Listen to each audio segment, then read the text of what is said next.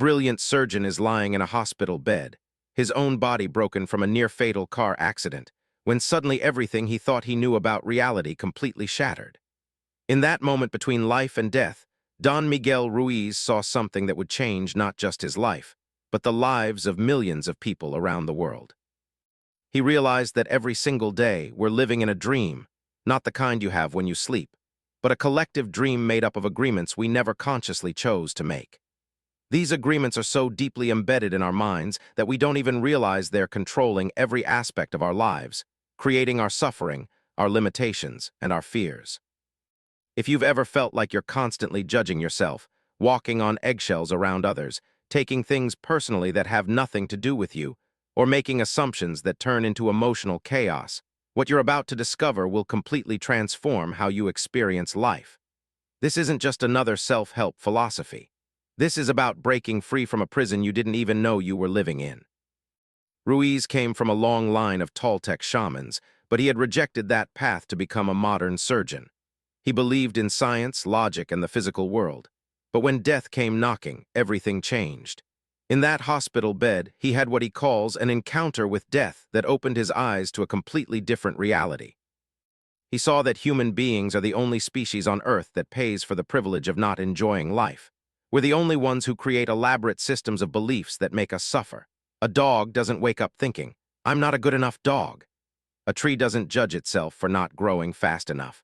But humans, we've created an entire civilization based on agreements that make us miserable. These agreements started the moment you were born. Your parents, with all their love and good intentions, began teaching you their version of reality. They told you what was right and wrong, good and bad, possible and impossible. Your teachers reinforced these beliefs. Society shaped them further. Religion, culture, media, everyone had an opinion about who you should be and how you should live. But here's what nobody told you. These were just opinions, beliefs, and agreements passed down through generations. They weren't ultimate truths. They weren't laws of nature. They were simply one way of seeing the world, and you had the power to choose differently. The problem is that these agreements became so deeply embedded in your subconscious mind that you forgot they were choices. You started believing that your limitations were real, that your fears were justified, that your suffering was inevitable. You began living in what Ruiz calls the fog, a state where you can't see clearly because you're looking at life through the lens of all these unconscious agreements. Most people live their entire lives in this fog, never realizing that clear skies are possible. They accept mediocrity, tolerate toxic relationships, settle for jobs that drain their souls, and wonder why they feel so empty inside.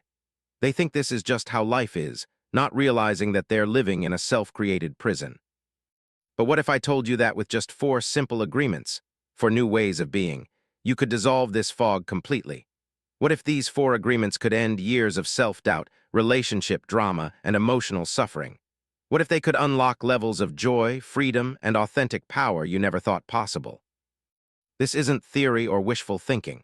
These agreements are based on ancient Toltec wisdom that has been tested for thousands of years. They're practical tools that work in the real world, with real people, in real situations.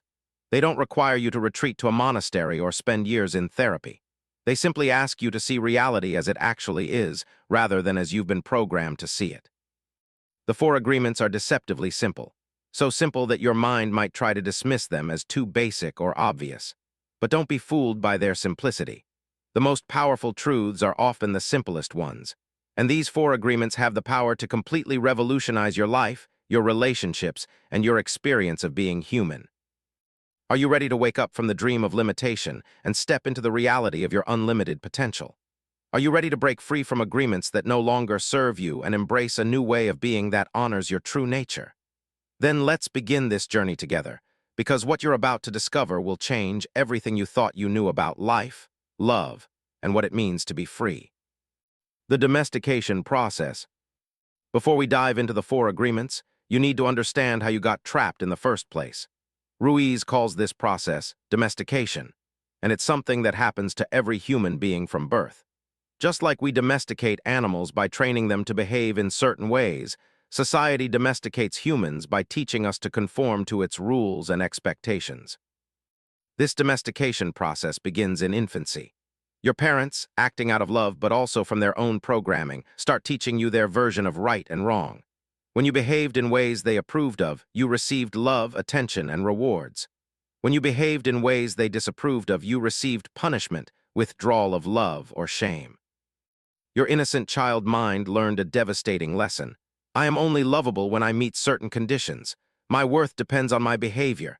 If I don't meet expectations, I will be rejected and abandoned.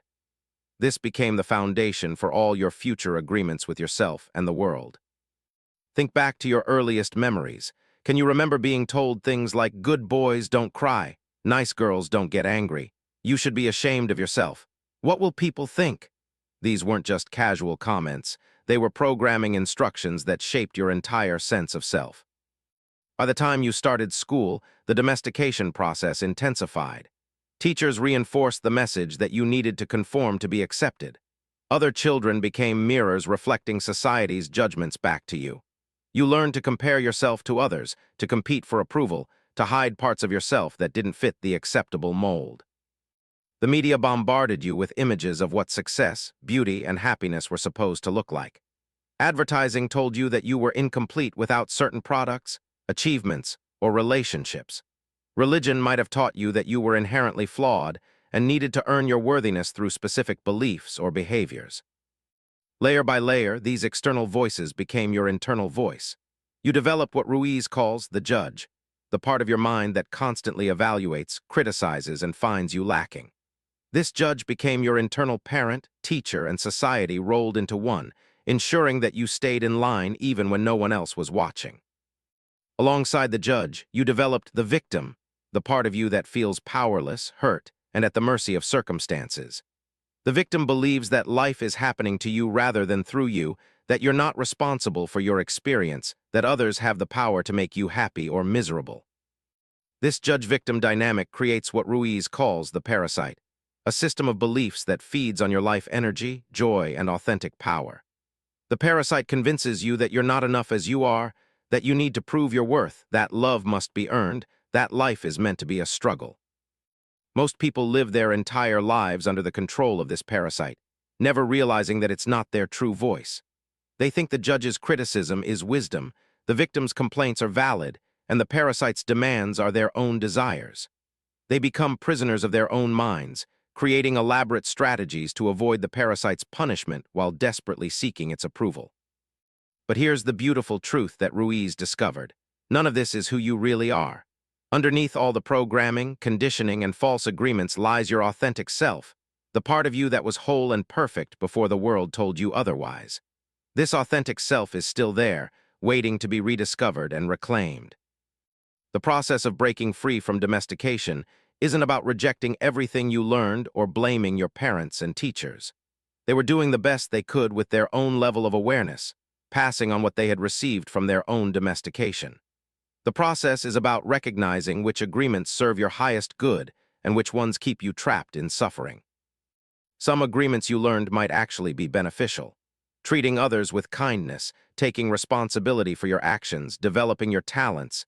These can be positive agreements that enhance your life. But many others, like believing you're not enough, fearing other people's opinions, or thinking you have to be perfect to be loved, these agreements are poison to your soul.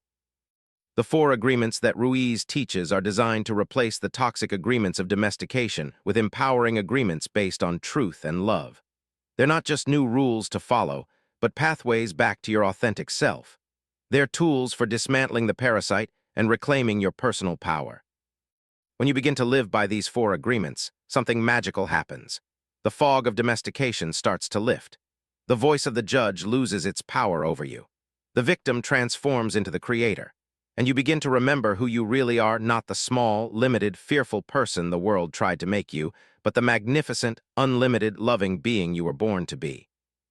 This transformation doesn't happen overnight. The patterns of domestication run deep, and they'll resist change. But every time you choose one of the 4 agreements over an old pattern, you weaken the parasite and strengthen your authentic self. You begin to dream a new dream, not the nightmare of limitation and fear, but the beautiful dream of freedom and love. First agreement, be impeccable with your word. The first agreement hit Ruiz like lightning, be impeccable with your word. But this isn't what you think it means. This goes far deeper than just telling the truth or keeping promises. This is about understanding that your word is the most powerful creative force in the universe and learning to use it consciously. Your word is the power you have to create. It is the gift that comes directly from God. Through the word, you manifest everything. Regardless of what language you speak, your intent manifests through the word. What you dream, what you feel, and what you really are will all be manifested through the word. The word is not just a sound or a written symbol. The word is a force. It is the power you have to express and communicate to think and therefore to create the events in your life. You can speak. What other animal on the planet can speak? The word is the most powerful tool you have as a human, but like a sword with two edges, your word can create the most beautiful dream, or your word can destroy everything around you. Think about the last time someone said something that hurt you deeply. Maybe it was a parent who said, "You'll never amount to anything." Maybe it was a teacher who said, "You're not smart enough." Maybe it was a romantic partner who said, "I don't love you anymore." Those words didn't just bounce off you, they went deep inside and became part of your internal reality. Now think about a time when someone's words lifted you up, made you feel seen, valued, and loved. Maybe someone said, "I believe in you." Maybe they said, "You have a special gift." Maybe they said, "I love you exactly as you are." Those words also went deep inside and became part of your inner landscape. This is the power of the word. It can create or destroy, heal or wound, liberate or imprison. Every word you speak is like casting a spell on reality. When you understand this, you begin to see why your life looks exactly the way it does right now. Most people are completely unconscious of how they use their word. They speak carelessly, reactively, and often harmfully. They gossip, complain, criticize, and judge without realizing that every word is shaping their reality and the reality of those around them. They use their word against themselves constantly, creating internal agreements that limit their potential and destroy their self-esteem. Ruiz tells the story of a woman who was walking with her granddaughter when the little girl started singing. The woman, annoyed by the child's voice, snapped, "Shut up! You have an ugly voice, don't sing anymore." The little girl, who had been expressing pure joy through song, made an agreement in that moment. "I have an ugly voice, I shouldn't sing." She never sang again, carrying that agreement for the rest of her life. One careless use of the word created decades of limitation and self-denial. But here's the thing, that woman wasn't trying to hurt her granddaughter. She was probably tired, stressed, or operating from her own wounds around expression and creativity. The harsh words came from her own pain, not from any truth about the child's voice. This is what we do to ourselves and others every day. We use our word as a weapon instead of a tool of creation. We say things like, "I'm so stupid," "I never do anything right," "Life is hard," "People can't be trusted," "I'm not good enough." These aren't just thoughts, they're spells we're casting on our own lives. When you become impeccable with your word, you take responsibility for the creative power of your speech. You recognize that every word matters, every conversation shapes reality, every thought you speak to yourself creates your inner world. You stop using your word to spread poison and start using it to spread love. Being impeccable with your word means you speak with integrity. You say only what you mean. You avoid using the word to speak against yourself or to gossip about others. You use the power of your word in the direction of truth and love. It sounds simple, but it's one of the most challenging things you can do. The word impeccable comes from the Latin peccatus, which means sin. The I am in impeccable means without, so impeccable means without sin. But what is sin in this context? Sin is anything you do which goes against yourself. When you are impeccable with your word, you take responsibility for your actions, but you do not judge or blame yourself. Self-rejection is one of the biggest sins you commit. In religious terms, self-rejection is a sin because it goes against everything God created. You are life passing through your body, passing through your mind, passing through your soul. When you reject yourself, you reject God. Being impeccable with your word is the correct use of your energy. It means to use your energy in the direction of truth and love for yourself. If you make an agreement with yourself to be impeccable with your word, just with that intention, the truth will manifest through you and clean all the emotional poison that exists within you. But being impeccable with your word is also about how you use your word with others. When you are impeccable, you take responsibility for your actions, but you do not judge or blame yourself. From this point of view, the entire concept of sin changes from something judged or blamed to simply a matter of personal responsibility. Gossip is one of the worst forms of using your word against others. Gossip is like a computer virus that spreads from mind to mind, infecting everyone it touches with negativity, judgment, and poison. When you gossip, you're using your word to spread emotional poison, and that poison affects not just the person you're talking about, but the person you're talking to, and ultimately yourself. Imagine if you treated every word that came out of your mouth like medicine. Would you give someone poison if you knew it would hurt them?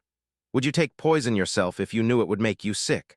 When you gossip, complain constantly, or speak negatively about yourself and others, you're essentially poisoning everyone involved, including yourself.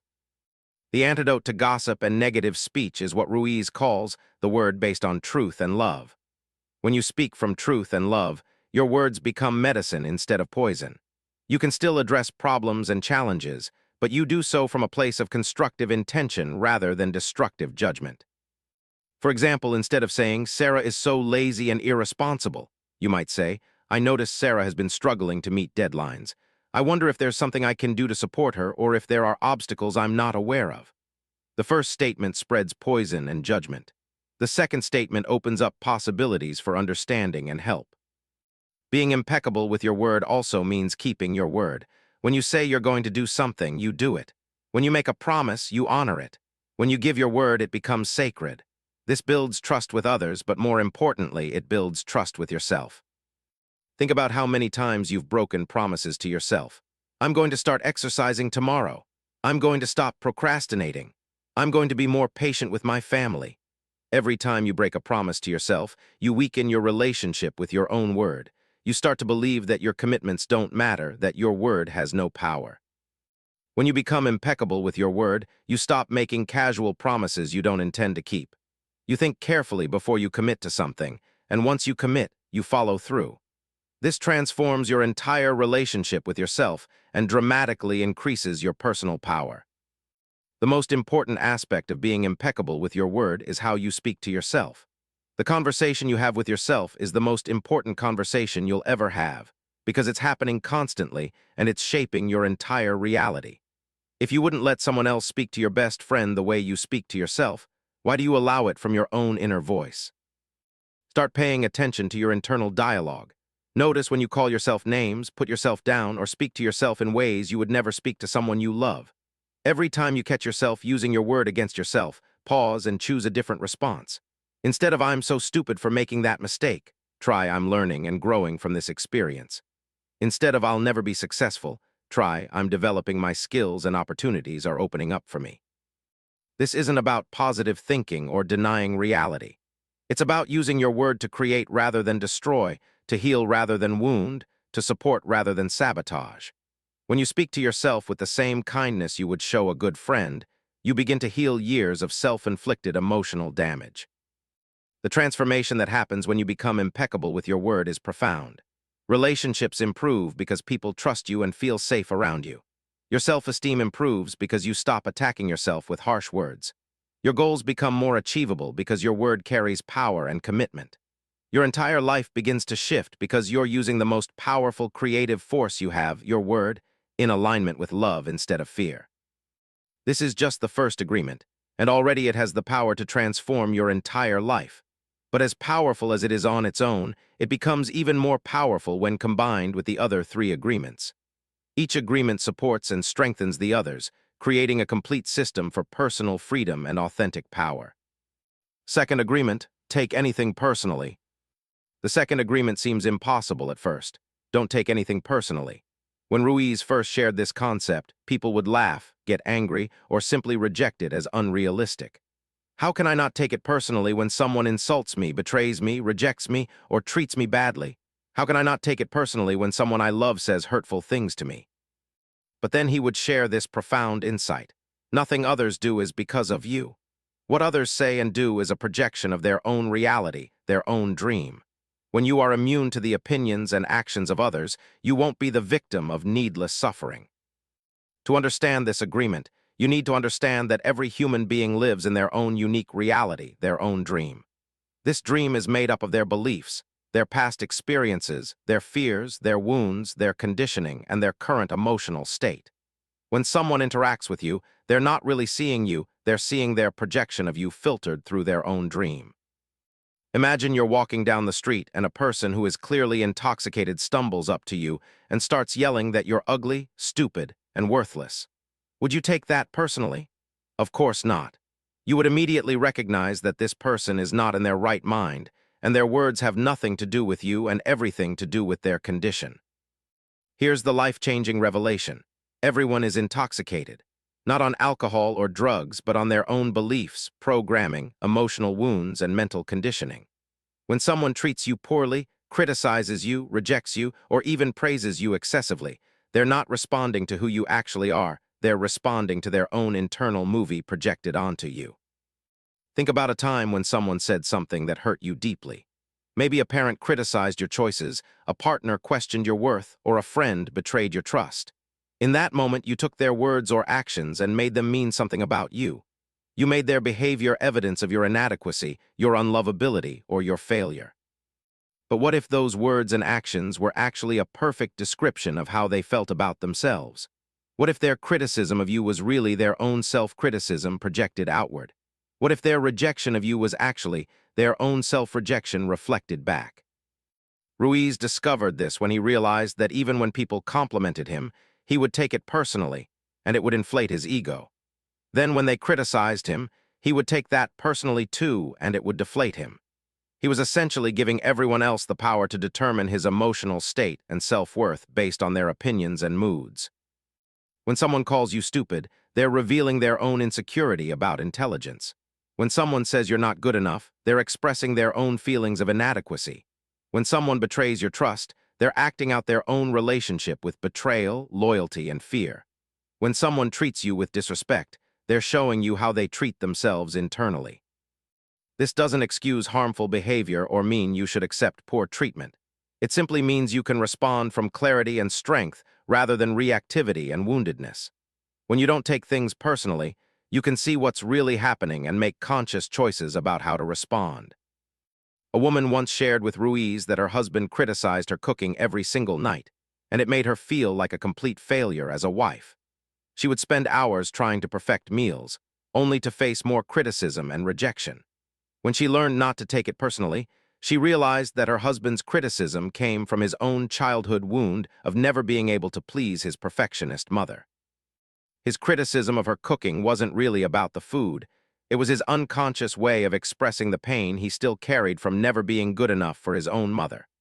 Once she saw this, she could respond with compassion instead of defensiveness. She could support him in healing his wound rather than taking responsibility for his emotional state. This shift in perspective transformed their entire relationship. Instead of feeling attacked and defensive, she could see his criticism as information about his inner world rather than evidence of her inadequacy. She could choose to improve her cooking skills because she wanted to, not because she needed his approval to feel worthy. The most challenging aspect of this agreement is not taking praise personally either. When someone compliments you, admires you, or treats you as special, it's tempting to take that personally and use it to inflate your ego. But praise and criticism are two sides of the same coin. They're both other people's projections based on their own dreams and needs. When you take praise personally, you become addicted to external validation. You start performing for approval rather than expressing your authentic self. You begin to fear criticism because you've made your self-worth dependent on other people's opinions. You become a victim of both praise and blame. True freedom comes when you can receive both praise and criticism without taking either personally. You can appreciate kind words without needing them to feel good about yourself. You can hear criticism without it destroying your self-esteem. You become emotionally independent, free to be yourself regardless of how others respond. This agreement also reveals something profound about the nature of relationships. Most of what we call love in relationships is actually need, dependency, and projection. We love others for how they make us feel about ourselves, for how they fit into our dream of how life should be, for how they meet our needs and expectations. But when you don't take things personally, you can love others for who they actually are rather than for who you need them to be. You can appreciate their unique expression without needing them to validate you. You can support their growth without needing them to stay the same. You can give them the freedom to be themselves without taking their choices as reflections of your worth. This creates space for authentic intimacy. the kind of closeness that comes from truly seeing and accepting another person rather than trying to get something from them. When you're not taking their moods, choices, and behaviors personally, you can be present with them in their experience without making it about you. The second agreement also frees you from the exhausting job of trying to control what others think about you. When you realize that other people's opinions are really about them and not about you, you stop wasting energy trying to manage their perceptions.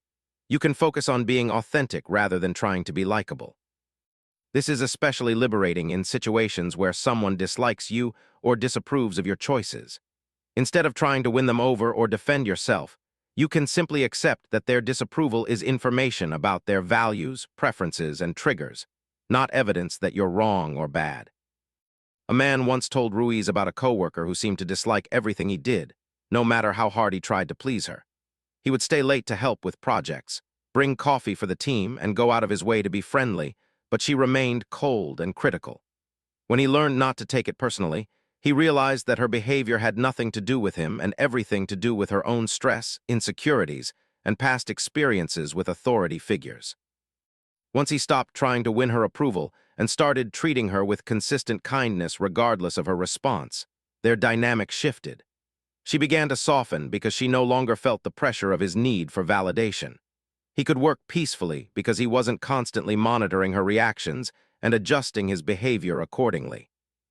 The second agreement also protects you from taking on other people's emotional energy. When someone is angry, sad, frustrated, or upset, it's natural to want to help or to feel responsible for their emotional state. But when you take their emotions personally, you absorb their energy and make their feelings your problem to solve. This creates codependent relationships where you're constantly walking on eggshells, trying to keep others happy, and losing yourself in the process. When you don't take things personally, you can be compassionate and supportive without taking responsibility for emotions that aren't yours. You can hold space for someone's pain without making it about you. You can offer support without needing to fix them. You can love them through their struggles without losing your own emotional balance. This is the difference between empathy and emotional absorption, between compassion and codependency. Perhaps the most profound aspect of the second agreement is how it reveals the incredible freedom that comes from emotional independence. When you're not taking things personally, you become unshakable. Criticism can't destroy you because you know it's not really about you. Praise can't inflate you because you don't need it to feel worthy. Rejection can't devastate you because you understand it's about the other person's capacity, not your value. This doesn't mean you become cold or disconnected. Actually, the opposite happens. When you're not constantly defending yourself, reacting to others, or trying to control their opinions, you become more present, more loving, and more authentic. You can engage with life from a place of strength rather than neediness. The second agreement is ultimately about reclaiming your personal power. Every time you take something personally, you give your power away to the other person. You make them responsible for your emotional state, your self-worth, and your happiness. When you stop taking things personally, you take your power back. You become the author of your own emotional experience rather than the victim of other people's moods and opinions. Third agreement, make assumptions. The third agreement is perhaps the one that causes the most unnecessary drama, conflict, and suffering in our lives. Yet we do it so automatically that we rarely even notice. Don't make assumptions. We are assumption-making machines, constantly filling in gaps in our knowledge with stories, projections, and mind-reading that we then treat as absolute truth. The problem with making assumptions is that we believe they are the truth. We could swear they are real. We make assumptions about what others are doing or thinking. We take it personally. Then we blame them and react by sending emotional poison with our word. That is why whenever we make assumptions, we're asking for problems. Think about your day yesterday. How many assumptions did you make? Maybe you assumed your partner was in a bad mood because they were quiet at breakfast. Maybe you assumed your boss was unhappy with your work because they didn't smile when they passed your desk.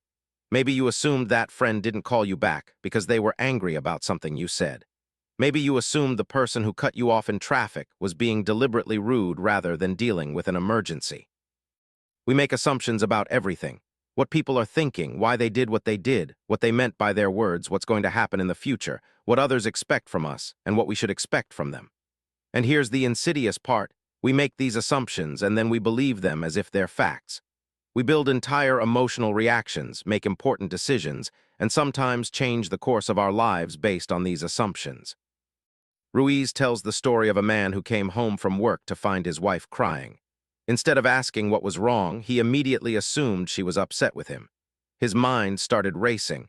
What did I do wrong? She must be angry about me working late again. She's probably thinking about leaving me. I knew this would happen. He started defending himself, explaining where he'd been, justifying his schedule, and getting increasingly angry that she was always emotional and demanding. The more he defended, the more upset she became. The situation escalated into a huge fight until she finally screamed through her tears. "My mother just called, my father had a heart attack and is in the hospital." In that moment, he realized that his assumption had turned a moment where his wife desperately needed comfort and support into a painful conflict. His assumption had blinded him to her actual experience and created unnecessary suffering for both of them. This is what assumptions do.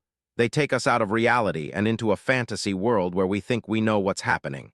But we're actually just projecting our fears, past experiences, and limiting beliefs onto the situation.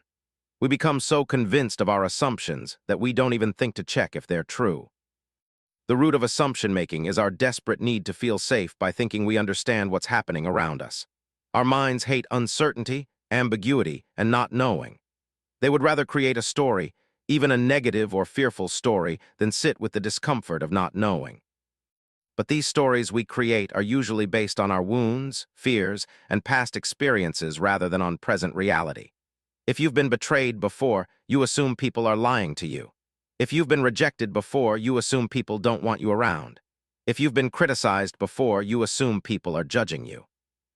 A woman once shared with Ruiz that she had assumed her best friend was angry with her because she hadn't called in over a week. She spent days feeling hurt, confused, and rejected, making up elaborate stories about what she must have done wrong. She analyzed their last conversation, worried about things she might have said, and convinced herself that the friendship was over. When she finally got the courage to call, she discovered that her friend had been in the hospital with her sick child for the past 10 days. She had been too overwhelmed and exhausted to reach out to anyone. The woman's assumption had caused her days of unnecessary suffering and almost damaged a perfectly good friendship based on a completely false story. This is the tragedy of assumptions. They create suffering where none needs to exist. They build walls where there could be bridges. They destroy relationships that could be healed with simple communication. They keep us trapped in cycles of misunderstanding and conflict that could be resolved with a single honest conversation. The antidote to assumptions is elegantly simple but requires tremendous courage. Ask questions and communicate clearly. Instead of assuming, get curious. Instead of mind reading, ask for clarification. Instead of filling in blanks with fears, leave space for truth to emerge. But asking questions requires vulnerability. It means admitting that you don't know something. It means risking finding out information you might not want to hear. It means giving up the illusion of control that comes from thinking you already understand the situation. Many people prefer their assumptions because assumptions allow them to stay in their comfort zone. If you assume someone doesn't like you, you don't have to risk rejection by reaching out. If you assume something is impossible, you don't have to risk failure by trying. If you assume you know what someone is thinking, you don't have to risk having a difficult conversation. But this perceived safety comes at an enormous cost. Assumptions keep you isolated, misunderstood, and disconnected from reality. They rob you of genuine intimacy because you're relating to your projections rather than to actual people. They steal opportunities because you're operating from false information. The deeper level of this agreement is about the assumptions we make about ourselves. We assume we know our limitations, our capabilities, our worth, and our potential. We assume certain things are impossible for us based on past experiences. We assume we know what others think about us without ever asking. Most of these self-assumptions are actually internalized voices from our past parents, teachers, peers, and society telling us who we are and what we're capable of. But these voices were speaking from their own limitations, fears, and conditioning. They weren't stating universal truths about you. Ruiz realized that many of our deepest assumptions about ourselves are actually agreements we made in childhood that we never questioned. We assumed our parents' beliefs about money were true. We assumed our teachers' assessments of our intelligence were accurate. We assumed our peers' judgments about our worth were factual. But what if those assumptions were wrong? What if you're more capable than you assume? What if you're more lovable than you believe? What if opportunities exist that you've never considered because you assumed they weren't for someone like you? A man once told Ruiz that he had always assumed he wasn't smart enough for college because a teacher in third grade had told him he was slow. He carried that assumption for 30 years, working in jobs that didn't fulfill him, never pursuing his interests in science and technology. When he finally questioned that assumption and went back to school, he discovered he had a brilliant analytical mind that had simply learned differently than traditional educational methods expected. One assumption from childhood had shaped 30 years of his life, limiting his potential and dimming his dreams. When he stopped assuming and started exploring, everything changed. The practice of not making assumptions transforms every area of your life. In relationships, you start having honest conversations instead of silent resentments. You ask for what you need instead of assuming others should know. You clarify expectations instead of assuming everyone is on the same page. In your career, you stop assuming you're not qualified and start asking about opportunities. You stop assuming your boss is unhappy with your work and start asking for feedback. You stop assuming certain positions are beyond your reach and start exploring possibilities. In your personal growth, you stop assuming you can't change and start experimenting with new ways of being. You stop assuming healing is impossible and start exploring what's available. You stop assuming you know your limits and start testing your boundaries. But perhaps the most beautiful aspect of not making assumptions is how it opens up space for wonder, curiosity, and discovery. When you're not assuming you already know how things are, life becomes an adventure of exploration rather than a confirmation of limitations. You start seeing people as mysterious and fascinating rather than predictable and understood. You approach challenges with curiosity rather than dread. You enter conversations with genuine interest in learning something new rather than just confirming what you already believe. This agreement requires you to become comfortable with not knowing, with uncertainty, with the space between question and answer. It asks you to trust that truth is always available when you're willing to seek it rather than assume it. When you stop making assumptions, you also stop making others responsible for meeting expectations they never agreed to. You stop being disappointed by people failing to live up to standards they didn't know existed. You start creating clear agreements and honest communication instead of hoping others will read your mind. The third agreement is ultimately about choosing curiosity over certainty, exploration over assumption, and truth over comfortable illusions. It's about having the courage to not know, the wisdom to ask questions, and the patience to wait for real answers instead of settling for imaginary ones. When you combine this agreement with the first two being impeccable with your word and not taking things personally, you create a foundation for authentic relationships and clear communication that can transform every interaction you have. Fourth agreement, always do your best. The fourth agreement brings everything together and is perhaps the most misunderstood. Always do your best. This isn't about perfection, meeting impossible standards, or driving yourself to exhaustion. This is about understanding that your best changes from moment to moment, day to day, and situation to situation, and that accepting this reality is the key to freedom from self-judgment and regret. Your best is going to change from moment to moment. It will be different when you are healthy as opposed to sick. Under any circumstances, simply do your best, and you will avoid self-judgment, self-abuse, and regret. Most people are trapped in one of two extremes. Either they're doing more than their best, which leads to burnout, resentment, and exhaustion, or they're doing less than their best, which leads to guilt, frustration, and self-criticism. Both extremes create suffering because they take you out of alignment with your authentic capacity in each moment. When you do more than your best, you're operating from ego, fear, or the need to prove something. You're trying to meet someone else's standards or live up to an image of who you think you should be. This creates unsustainable patterns that inevitably lead to breakdown, illness, or emotional collapse. When you do less than your best, you're operating from fear, laziness, or a lack of self-respect. You're not honoring your own potential or the gifts you have to offer the world. This creates stagnation, mediocrity, and a deep sense of unfulfillment. But when you do exactly your best in each moment, no more, no less, you're in perfect alignment with life. You're honoring both your limitations and your potential. You're working with reality rather than against it. Your best when you're healthy and energized is different from your best when you're sick or exhausted. Your best when you're happy and confident is different from your best when you're grieving or afraid.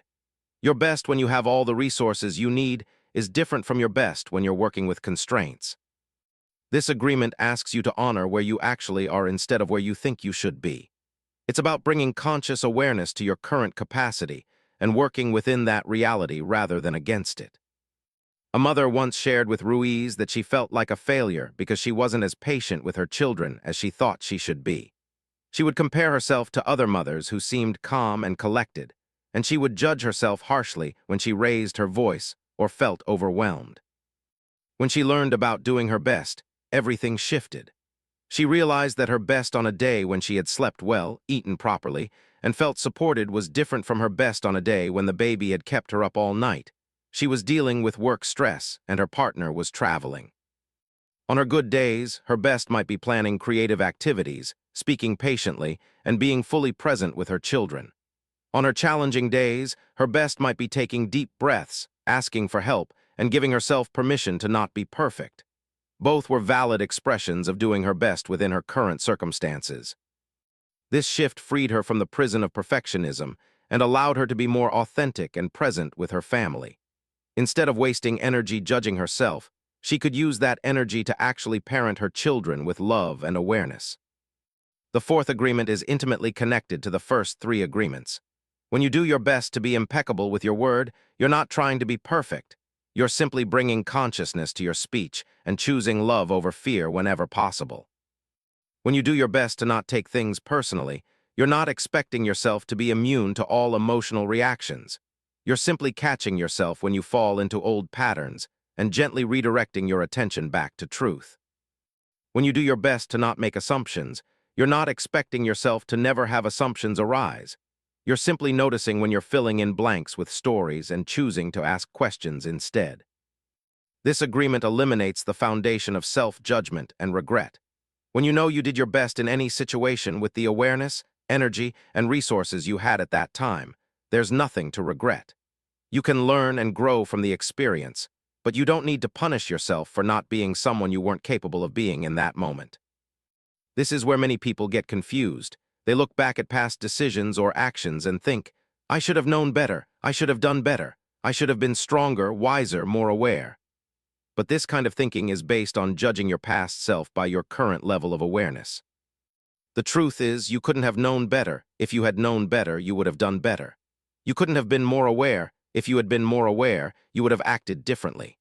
Your best in the past was perfect for who you were then, with the understanding, maturity, and capacity you had at that time. Ruiz emphasizes that doing your best is also about taking action. Many people use "I'm doing my best" as an excuse for not growing, not trying, or not stepping outside their comfort zone. But true best doing includes challenging yourself, learning new skills, and expanding your capabilities. Doing your best means bringing full presence and attention to whatever you're doing. Whether you're washing dishes, having a conversation, working on a project, or spending time with loved ones, you give that activity the gift of your complete attention and care. This doesn't mean you have to be intense or serious about everything. Sometimes your best is approaching a task with lightness and playfulness. Sometimes your best is giving something 100% focused effort. Sometimes your best is knowing when to rest and restore your energy. A businessman once told Ruiz that learning this agreement saved his career and his health. He had been a workaholic, constantly pushing himself beyond his limits, staying late, working weekends, and never feeling like he was doing enough. He thought this was doing his best, but actually he was doing more than his best, which was creating stress, health problems, and diminishing returns in his work quality. When he learned to attune to his actual capacity and work within it, everything changed. He became more efficient, creative, and effective. He could focus deeply during his work hours because he knew he would honor his need for rest and restoration. His relationships improved because he wasn't constantly exhausted and irritable. He realized that doing his best sometimes meant working intensely on important projects, and sometimes it meant taking breaks to maintain his long-term sustainability. Both were expressions of doing his best, one focused on immediate output, the other focused on overall well-being and effectiveness. The fourth agreement also creates a natural upward spiral of growth and improvement. When you consistently do your best, you naturally get better at whatever you're doing. Your best today becomes your minimum tomorrow. You're not forcing growth or pushing yourself beyond your limits. You're allowing natural development to occur through consistent, conscious effort. This is very different from the way most people try to improve. They set unrealistic goals, push themselves beyond their capacity, burn out, and then judge themselves for failing. This creates a cycle of starting and stopping, enthusiasm and disappointment that actually prevents real growth. When you do your best consistently, growth happens organically. You build skills gradually, develop greater capacity over time, and create sustainable patterns of improvement. You're working with your natural rhythms and tendencies rather than against them. The fourth agreement also frees you from the need for external validation and approval. When you know you did your best, other people's opinions become interesting information rather than judgments of your worth. You develop an internal compass of integrity that guides you regardless of outside feedback. This doesn't mean you ignore feedback or stop trying to improve. It means you receive input from others without making it mean something about your fundamental value as a person. You can learn from criticism without being destroyed by it. You can appreciate praise without being dependent on it. A woman once shared that she had spent years as a people pleaser, constantly trying to do more than her best to earn approval and avoid criticism. She would exhaust herself trying to meet everyone else's expectations, often neglecting her own needs and boundaries. When she learned to do her best instead of trying to be perfect for others, she discovered that she actually became more valuable to the people in her life. She could give authentically instead of from depletion. She could say no when necessary, which made her yes more meaningful. She could be present and genuine instead of performing and pretending. The fourth agreement is ultimately about self-compassion and sustainable excellence. It's about honoring your human limitations while still striving to express your gifts and potential. It's about being kind to yourself while also being accountable to yourself. When you combine all four agreements, being impeccable with your word, not taking anything personally, not making assumptions, and always doing your best, you create a complete system for personal freedom. Each agreement supports and strengthens the others, creating a foundation for authentic power, loving relationships, and joyful living. These agreements don't just change how you behave, they change who you are. They dissolve the false self that was created by domestication and reveal the authentic self that has always existed underneath all the programming and conditioning. Living the agreements. The real transformation happens not in understanding these agreements intellectually, but in living them moment by moment, choice by choice, breath by breath. This requires what Ruiz calls the discipline of the warrior, not a warrior who fights others, but a warrior who battles the lies and limitations within their own mind. Every morning becomes an opportunity to choose again. Will you be impeccable with your word today, or will you let old patterns of criticism, complaint, and careless speech take over?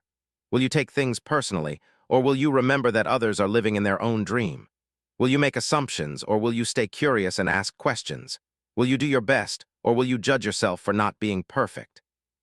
The practice is simple but not always easy.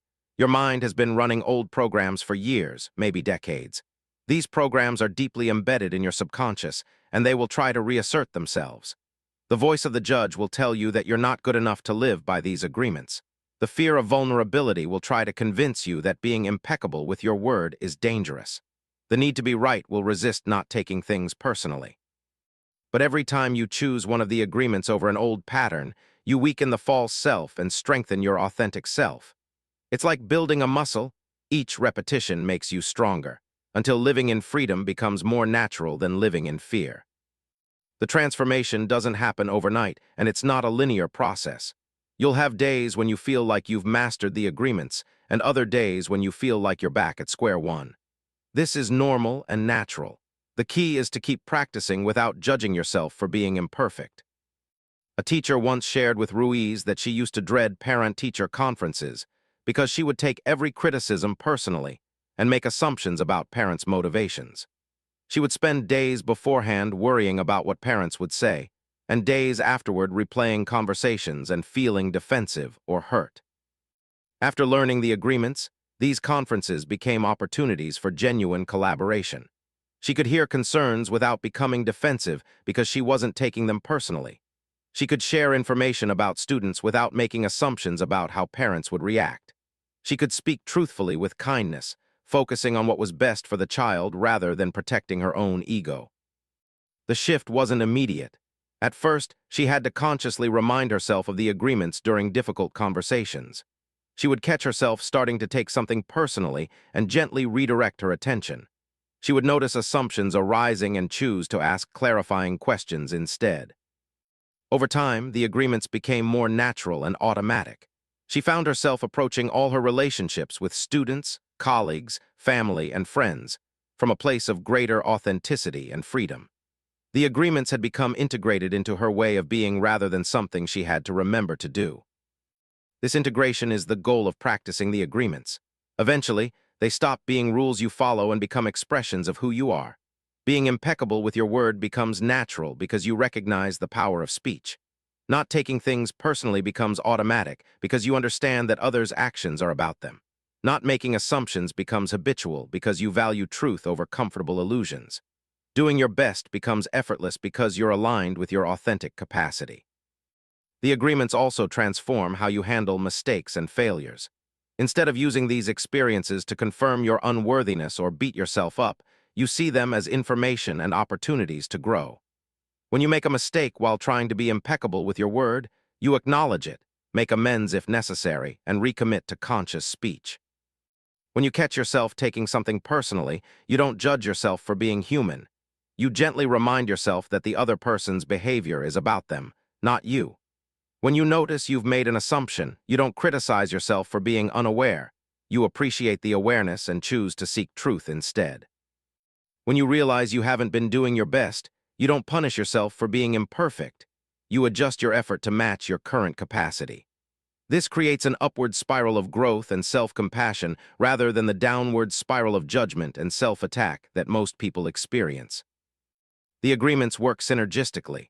As you become more impeccable with your word, you naturally stop taking things personally because you're focused on your own integrity rather than others' opinions.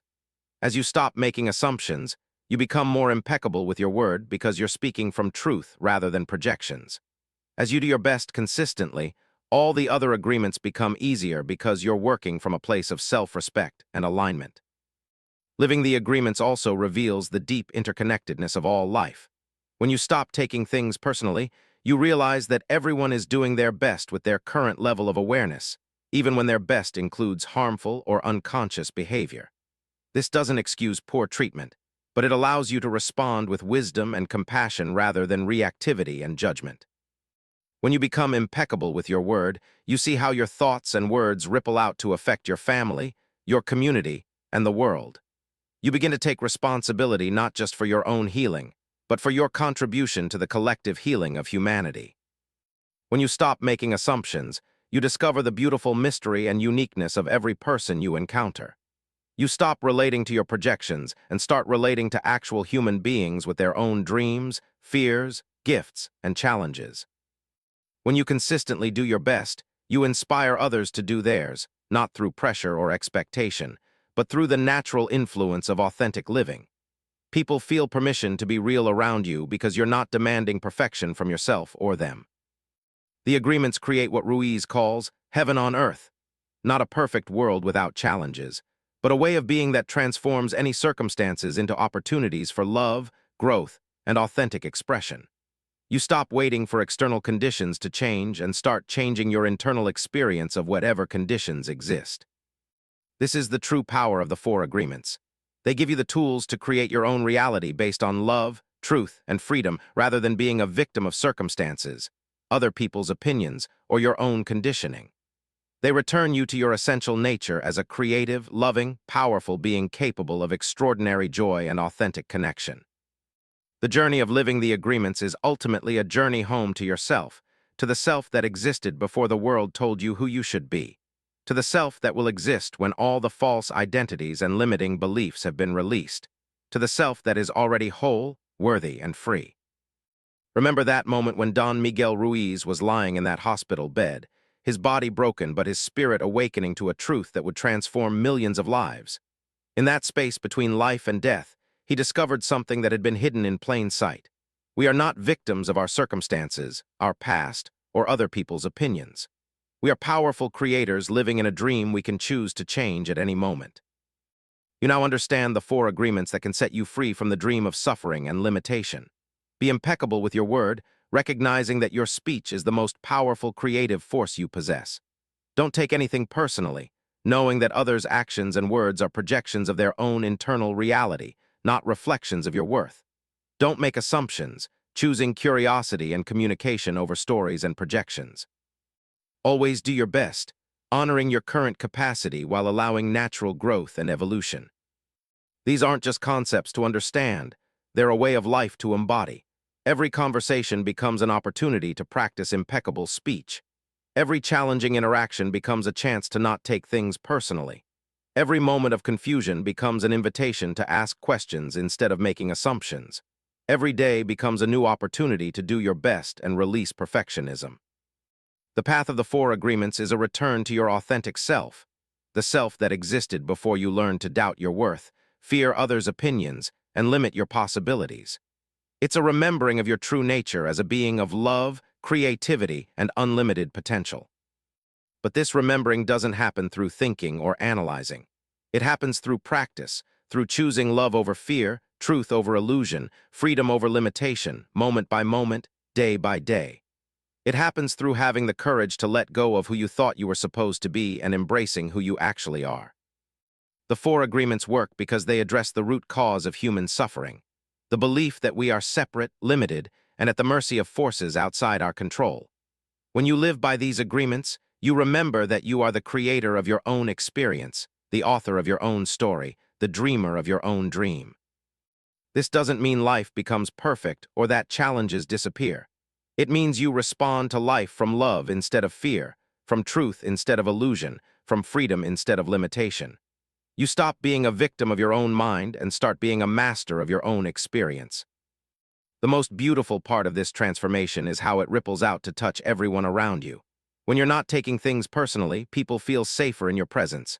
When you're not making assumptions, relationships become honest and clear. When you're impeccable with your word, people trust and respect you. When you're doing your best, you inspire others to do theirs.